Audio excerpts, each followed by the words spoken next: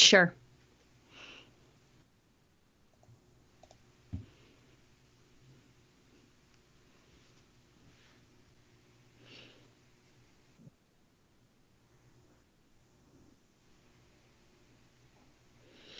Hello, everybody, and welcome to the Rebel News daily live stream. Now, normally before we go on air with the live stream, we have this really obnoxious COVID warning that like bleeps and blares and scares you and sufficiently warns you that you are going to hear things that YouTube disapproves of. However, this morning we had an issue with the file, so we couldn't air it. So consider this your warning, people who are watching at home and big tech overlords at YouTube. We've warned everybody. Settle down.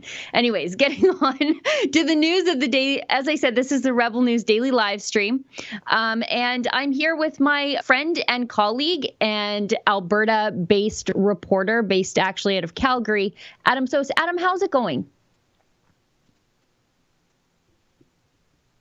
I cannot hear looking forward to Adam at all. Okay, great.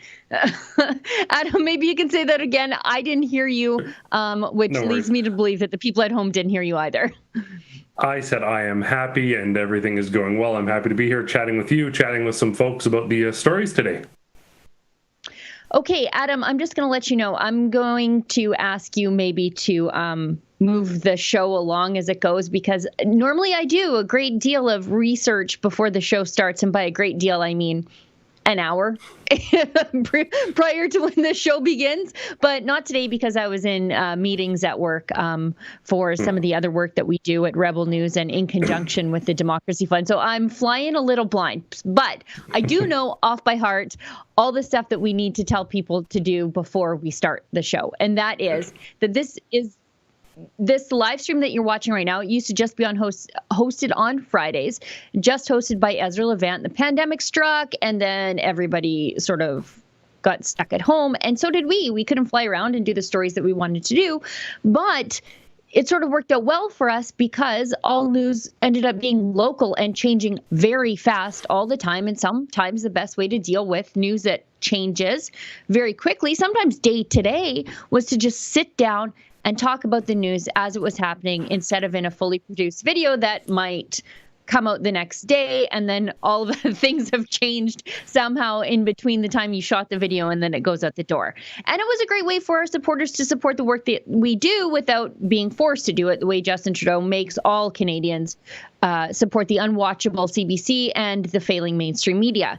So we used to be able to take super chats here on YouTube, but then Joe Biden got elected and YouTube didn't have to even pretend anymore. So they just demonetized so many conservative platforms, including our own. So we are not making any money by being on YouTube, but there are 1.5 million of you on YouTube, and we don't want to abandon you. We think you're still entitled to hear things that YouTube doesn't want you to hear. So there will come a time in this broadcast where we will get into the red zone, where we are going to talk about things that YouTube will kill our channel if we do. So we're going to start off here, and then we're going to migrate over to some of the other platforms that we are simultaneously broadcasting on right now. And those other platforms are Rumble, Odyssey, and Super U. And I wouldn't say that any of those platforms are conservative specifically. I just think that they recognize that free speech is what will build their platform, and free speech should be their business model. And so far, so good. And so we simultaneously broadcast on those platforms, and they allow you to support us there. So on Rumble, you can leave a Rumble rant.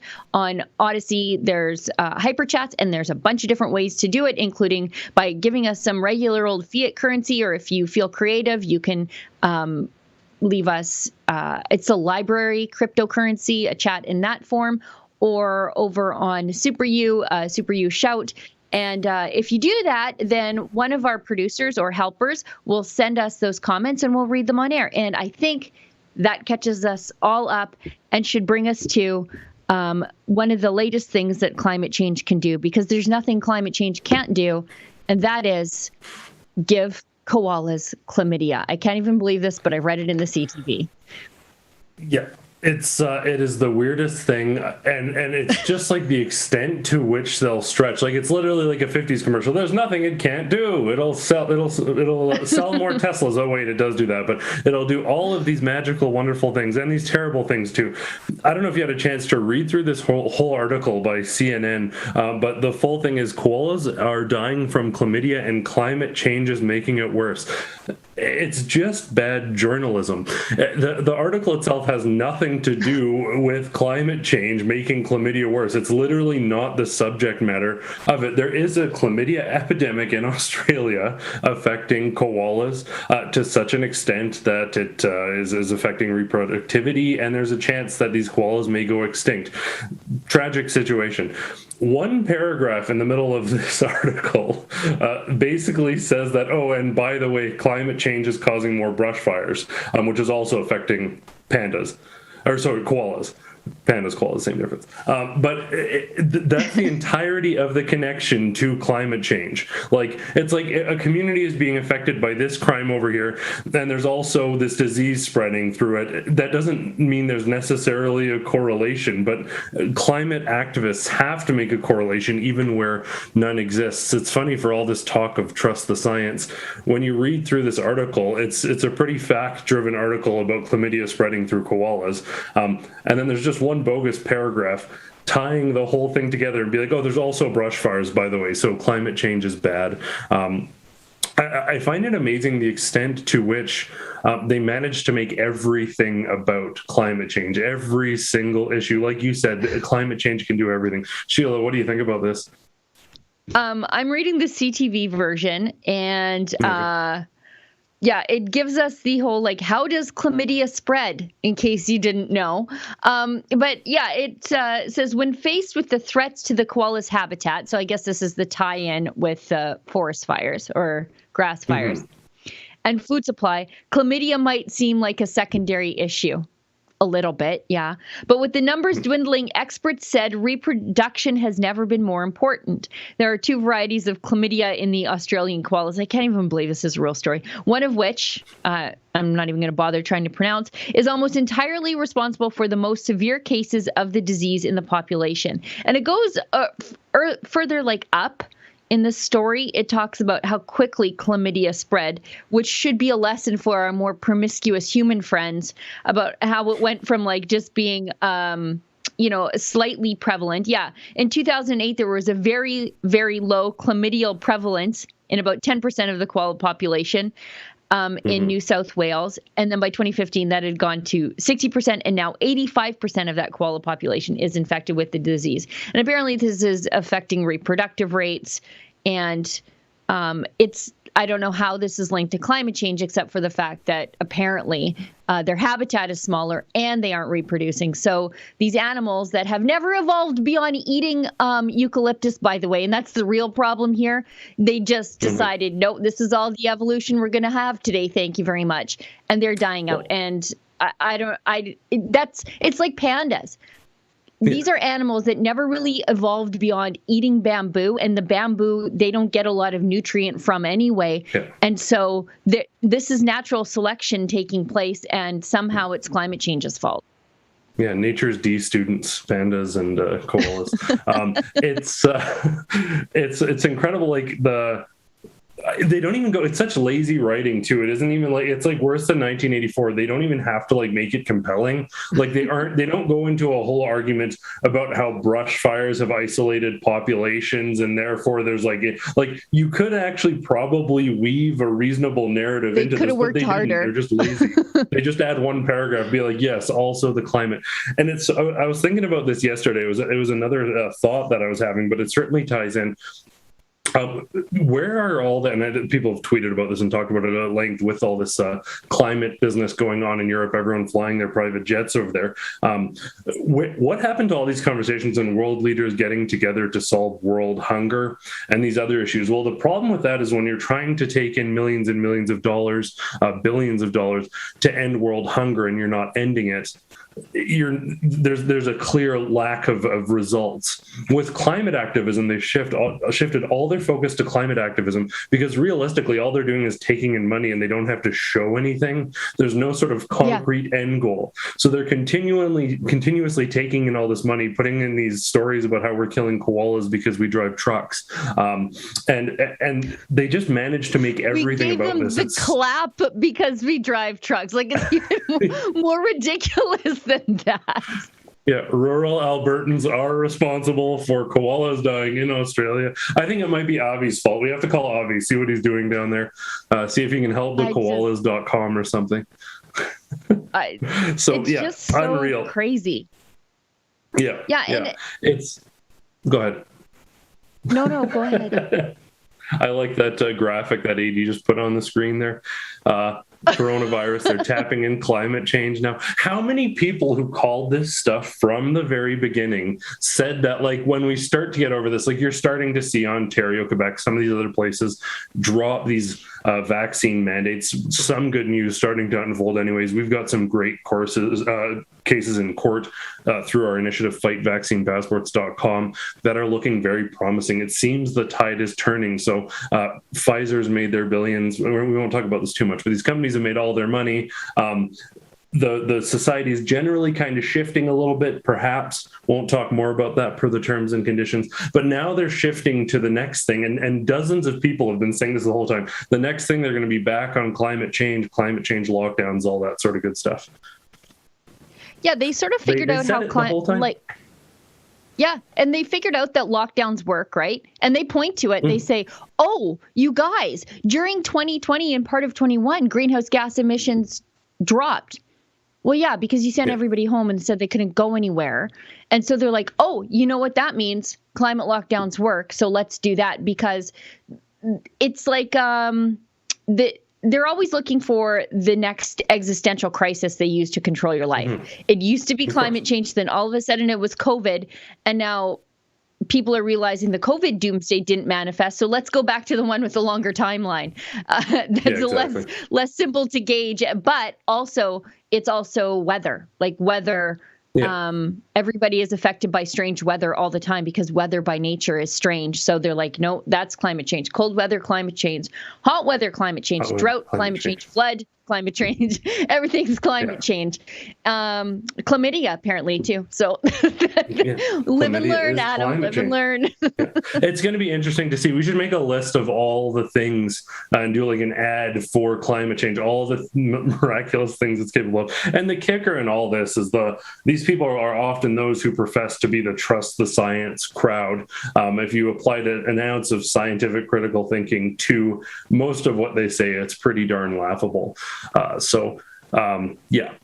that. I do want to get into this Matt Jones MLA from Southeast Calgary letter, but I fear that some of it may tread into that conversation about that which we are not to speak on YouTube. So let's first talk about Brian Jean, if that sounds okay to you, making an emergence. Do you have something first? Before we get to that, because it was second on the list that AD sent me. Look at that, me doing research on the fly, about the Royal BC Museum closing the third floor for decolonization efforts that will remove settler displays. So removing history, like literally removing history. You know, if your family settled this country, the Royal BC Museum has just decided that whatever your family did that might have been noteworthy, just nobody needs to learn about it. It just doesn't exist. Communities were settled that grew into bustling big cities. I don't know, like Vancouver. It doesn't. Anybody who put any effort into building those things and creating something out of I would suggest, one of the harshest landscapes on the face of the earth, Canada, well, that's fine. They did stuff. We just don't think people need to learn about it. What?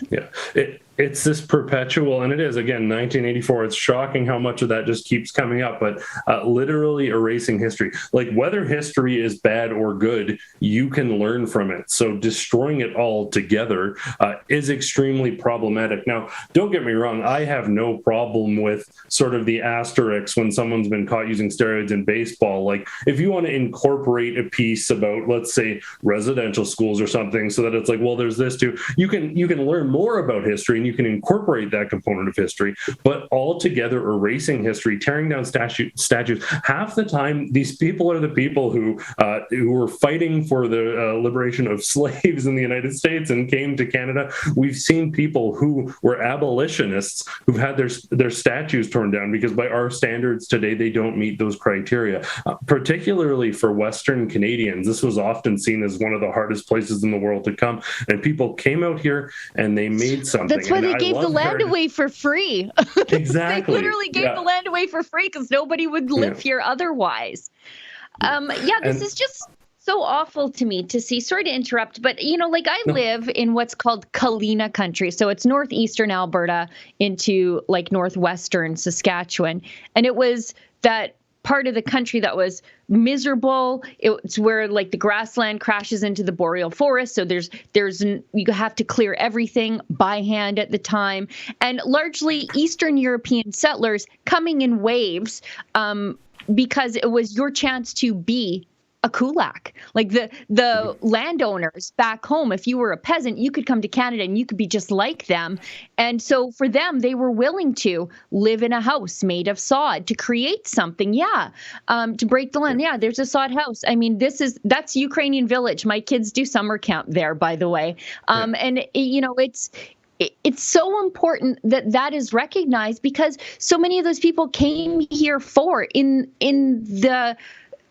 some of the later subsequent waves of Polish and Ukrainian settlement. They came for religious freedom. They fled the Soviets, the coming crackdown of the Soviets. That's why a lot of people don't realize, but the Bible Belt of Canada is here in northeastern Alberta. We have more churches per capita than anywhere else in the entire country. And that's because the first thing they came here to do was build a roof over your head. They did that with sod, but the wood structures were the churches. And sometimes they only served one family, but it was so important for them to be able to express their religion that they came here to Western Canada. And so that is just being written out of history. And it's such an important part of history because it is the story of a persecuted people coming here for freedom. Yeah, and it's incredible time and time again. And broadly speaking about government overreach, when we're out at protest rallies, events, and we're speaking to people, whether they're from Poland or Russia or Venezuela, from countries that have been through this and have experienced and fled it to come here, maybe generations ago during early settlement, but maybe even more recently, we as maybe Canadians, I mean, I come from like a second generation immigrant family, but we as Canadians have lived in relative comfort. We've understood freedom. We haven't necessarily, I mean, you're a farmer, but we all haven't worked out in a field and tilled a field and farmed. We don't know how hard that is. We just live our lives in relative freedom and peace, and we think it's easy. If we lose track of not only our own history, but if we erase components of other history and the people who are coming here and sharing what happens when you lose sight of history, you're destined to repeat it. And we're going to eventually become one of those countries that goes from super successful to Venezuela, as Venezuela did under the boot of socialism and communism. So extremely troubling what we're seeing here. It used to be self-evident. It used to be one of the first things you learn, that you look to your history to learn from it. I don't know what's happened in academic institutions and museums. Like, this is a museum. Their job is to preserve and teach us about history. That's literally the definition of their job, and they're erasing it. Yeah. Well, and it's so surprising to me to see that, like, the history of our European settlers isn't worth examining. I think it's Vermilion, the Basilian brothers had a museum there. The French, the French order of Catholic priests, they realized what was going on in the Soviet Union and just before the Soviet Union. And they started rounding up all the Ukrainian artifacts they could in the subsequent waves of settlers. Everything. They preserved it there. And so because the crush of communism was so strong, particularly on Eastern Europe, a lot of those cultural artifacts were able to be returned to the Ukraine simply because somebody recognized the value of rounding up the history of the European settlers here. And yet this is supposed to be a fancy museum in Vancouver that has decided that the entire floor that reflects Western settlement from European settlers, it should not exist. And like you said, I'm all for tweaking this. Maybe things are culturally insensitive, giving more context with what happened with the clash of the cultures as one came to settle and clash with the existing one. I'm all for that because I think it's an important part of history. But this is just the Orwellian memory hole without actually having to stuff anything in a hole. You just lock the door and turn your back on it and pretend it doesn't exist. Yeah. Well, and the other angle on this is you can't learn about, let's say the concern here is treatment of Indigenous communities. If you don't know what the settlers were doing, you can't learn the story of the Indigenous people as well, because you need to understand both sides. When we study World War II, we look at the German story and we look at the Allied stories. When we're looking at the situation in, let's say, Cuba or Venezuela, we learn both sides of the story, and then we're able to come to a conclusion. If you erase half of the story, you're never going to be able to find the reality of what happened. They're never really going to be able to learn from it. One of the things that really struck me when I was down in Washington, in the Capitol in the United States, they have this beautiful new museum, and it's effectively about slavery in the United States. They didn't tear down any other museums. They're all still there, the Smithsonian, but they have this new beautiful building that is basically a tribute and a historical account of what happened throughout the slave history in the United States. And you have to get it's free. All these beautiful museums are free and provided for, but there was a lineup out the door and people were getting pre-tickets because they wanted to hear this story. So you don't have to delete other history in order to introduce new facts. That's how society evolves. We learn more and we add to our information base and we draw broader concerns. One of my favorite things here in Alberta is you're heading down, let's say you're going to southern Alberta, going down to Crow's Nest Pass. You're doing a tour, you're learning about the history. On that tour, you learn about what the settlers went through, and then you pull in and you go to Head Smashed and Buffalo Jump and you learn about their story too. You can learn all of that, and you can learn about that interconnection. And very often when we have white entitled liberal professors in universities making these decisions for museums versus what you hear from, let's say, Indigenous people or what you hear from the African American communities, it's so much more nuanced and real, and you can actually learn something from a person instead of from an ideology. So yeah, tragic to see what's happening in our museums. And again, it's just echoed in our academic institutions. That's abundantly clear. I've got one final note to make on this, and I think it is, it's soft racism in that it presumes all European settlers were somehow mean or awful to the Indigenous people they came in contact with. And that's just the flip side of the same coin of people presuming that the Indigenous people that the European settlers came in contact with were,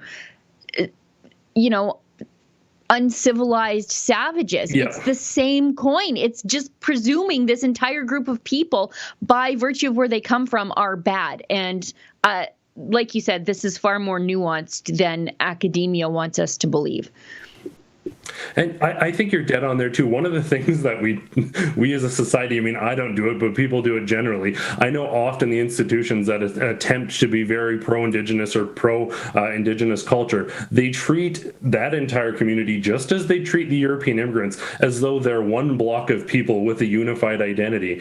Take my word for it. The Polish immigrants, the Hungarian immigrants, the Ukrainian immigrants, the Blackfoot people, the Cree people, these people had vastly distinct, don't get me wrong, there's norms because of the environment you live in, but these Indigenous communities were very distinct. They have unique cultures, unique languages, just as the Eastern Europeans did. And erasing this part, it erases the story of Polish people and Hungarian people, Ukrainian people, the Cree people, the Blackfoot. Erasing history is never good. So yeah, we've covered it, but sad to see.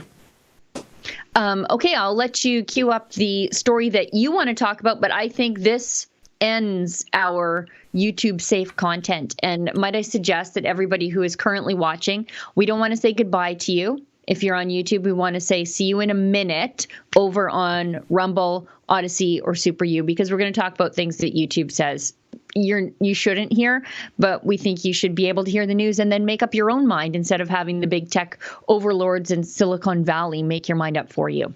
AD, can you let us know when we're clear of YouTube?